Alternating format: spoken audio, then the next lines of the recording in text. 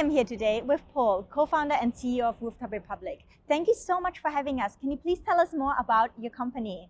So Rooftop Republic is a social enterprise that promotes urban farming.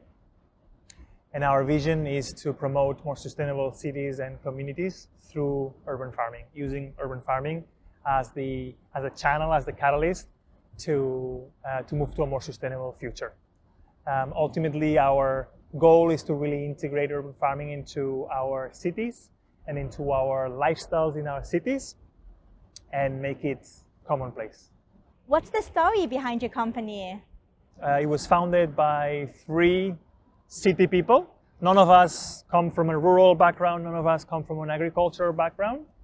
As soon as we started, realizing the issues at hand in regards to our food system and the impact that our food system has on everything, on our environment, on our health, on our communities, but also realizing the potential that urban farming has, in particular in a place like Hong Kong, we kind of devoted fully, to this mission, and it's become our life, a life career and a life mission. So can you please tell us more about how you do this? So the way we do this is by designing, building, and managing urban farms. And over the last years, we've transformed more than 70,000 square feet of underused space, mostly rooftops, into more than 60 urban farms all across the city, like this one. And by organizing all kinds of different programs, workshops, events, and activities around the concept of food, around the concept of urban farming, around the concept of sustainability in the city. Rooftop Republic created an urban farming movement to achieve a more sustainable food ecosystem. Why do our contribution to food production and consumption systems drastically affect the environment and our livelihoods? There is nothing that we do at the moment as human beings that has a bigger impact on our environment than the way we're currently growing, consuming, and wasting our food. And so for anybody that is interested in addressing climate change, in addressing threats to our environment, food and agriculture is where we think we should be focusing first. Because right now, agriculture and food production has a tremendous amount of impact on our land. It's the largest user of land, it's the largest cause of biodiversity loss, of deforestation. It's the largest user of water, it's the largest contaminant or polluter of water, it's the largest emitter of greenhouse gas emissions. And so the impact of food in our environment is huge, it's monumental, it's actually hard to grasp. So we need to completely rethink the way we're growing food and the way we are consuming food and even the way we are thinking about food.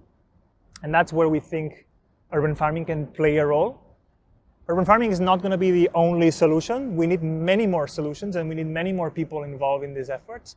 But definitely urban farming can be part of the conversation, can be part of the solution towards a much more localized food system, a much more resilient food system, a much healthier food system, a much more decentralized food system, and eventually a system that allows to feed ourselves, but also the future generations.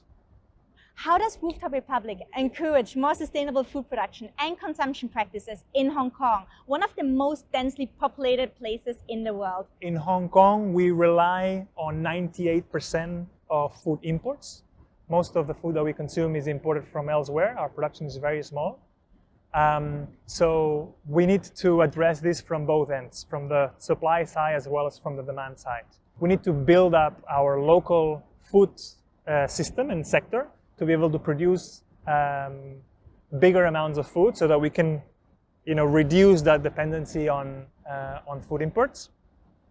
And at the same time, we need to educate our consumers and our city people about the impact of their food choices on everything, on the environment, on their own health, and on the livelihood of their communities. So we're hoping to create these spaces where people can interact with their food, can understand better where their food comes from, can have a deeper sense of all of the resources and all of the people and all of the processes that go behind our foods and that we're not always aware of, and hoping to make them have more informed decisions about their food choices.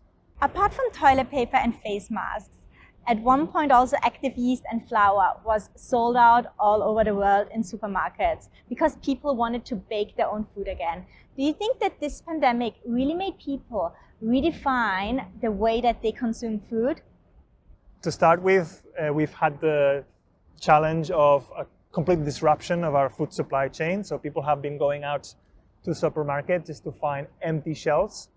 And that has, I believe, has been an awakening call for consumers to realize how vulnerable actually our food system is and our food supply chain, especially in a place like Hong Kong, where we import 98% of the food that we consume. So I think that has, generated questions, in people's minds about the stability, the sustainability of our food system. I think another aspect of this is that this pandemic comes very much from the way humans have been treating nature in general, including food and animals. And so that's putting up another question here, about how should we move forward from this? If we are to take any lesson from this, we're messing with nature, we're messing with animals, and that's leading to the pandemic in a way. So I'm hoping that that's another wake-up call for people to rethink, their food, where it's coming from, and the choices that they have on a day-to-day basis. Our food system is broken. Can you please elaborate why Asia's role in fixing it is so important? Yeah, so Asia plays a particular role here. We have 2/3 of the population living in Asia. We have a rapid urbanization of our population. Right now, we're at 50%. We're estimating that by 2050, 70% of the global population will be living in cities like Hong Kong. We also have two of the largest countries, India, China, with an increasing middle class who is going to be consuming more and more meat and consuming more and more food. And all of this poses a lot of challenges in itself. And so I believe that Asia will play a key role in finding alternative solutions to a food system that is, sustainable in the long term. What are some trends that you're seeing in Asia that this pandemic has created or accelerated? It's hard to say. It's a big question, and probably it's still early to really determine what are the real sort of long-term trends that are coming out of this. I would say a number of things will be affected in terms of trends. Food and our food supplies and our reliance on large industrial globalized food supply chains, where there's a question mark here. There's other considerations about health and well-being. That's at the core of everything. It has completely changed our workplace, our lifestyle, the way our kids go to school. So health will be a much more important consideration, even more so.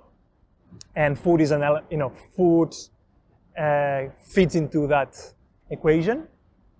And also, I think there's an interesting trend that we are seeing more in terms of space and urban planning,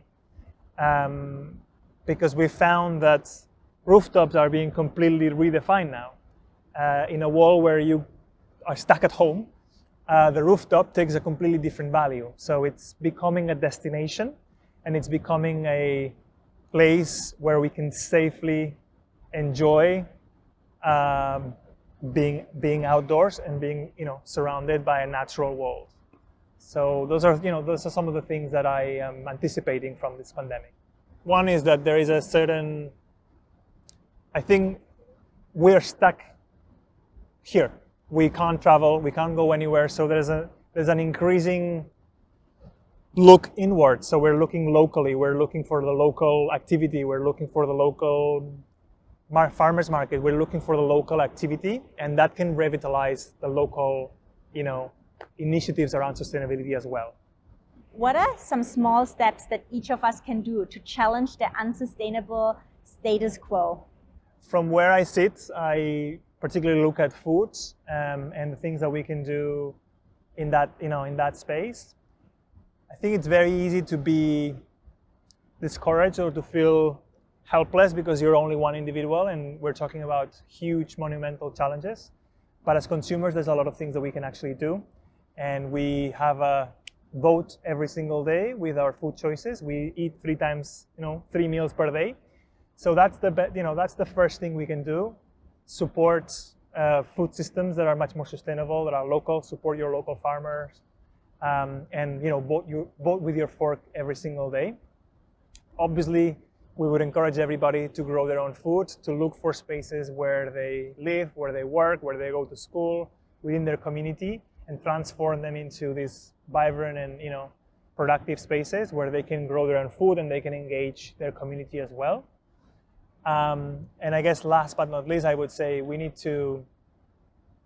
also need to take a stand. We need to demand for change at an individual level, at a consumer level, at the citizen level.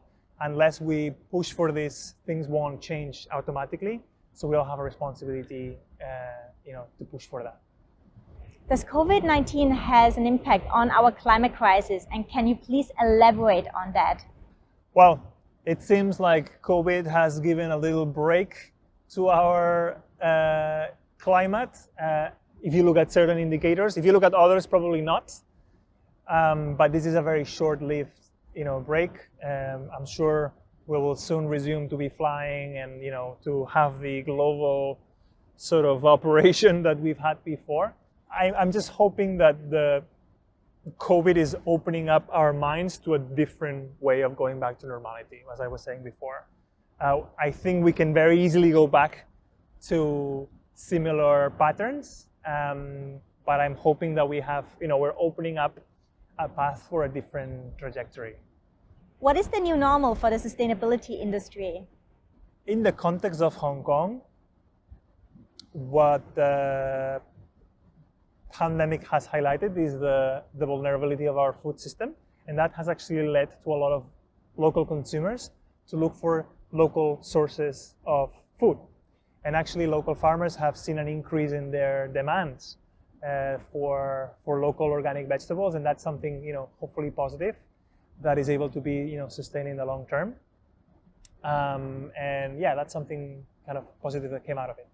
What are your predictions for the sustainability industry post-COVID-19 around Asia and the globe? I am hoping that the COVID-19 has really shaken everybody's, and that it makes the case even stronger for incorporating sustainability into absolutely everything that we do at every single level, at an individual and consumer level, but also at the production level, at the government level, at the private sector level. And that is no longer a trend. I don't want sustainability to be a trend. I want sustainability to be the norm. And so I'm hoping that this really is our last wake-up call, and that we are integrating sustainability at the core of everything that we do.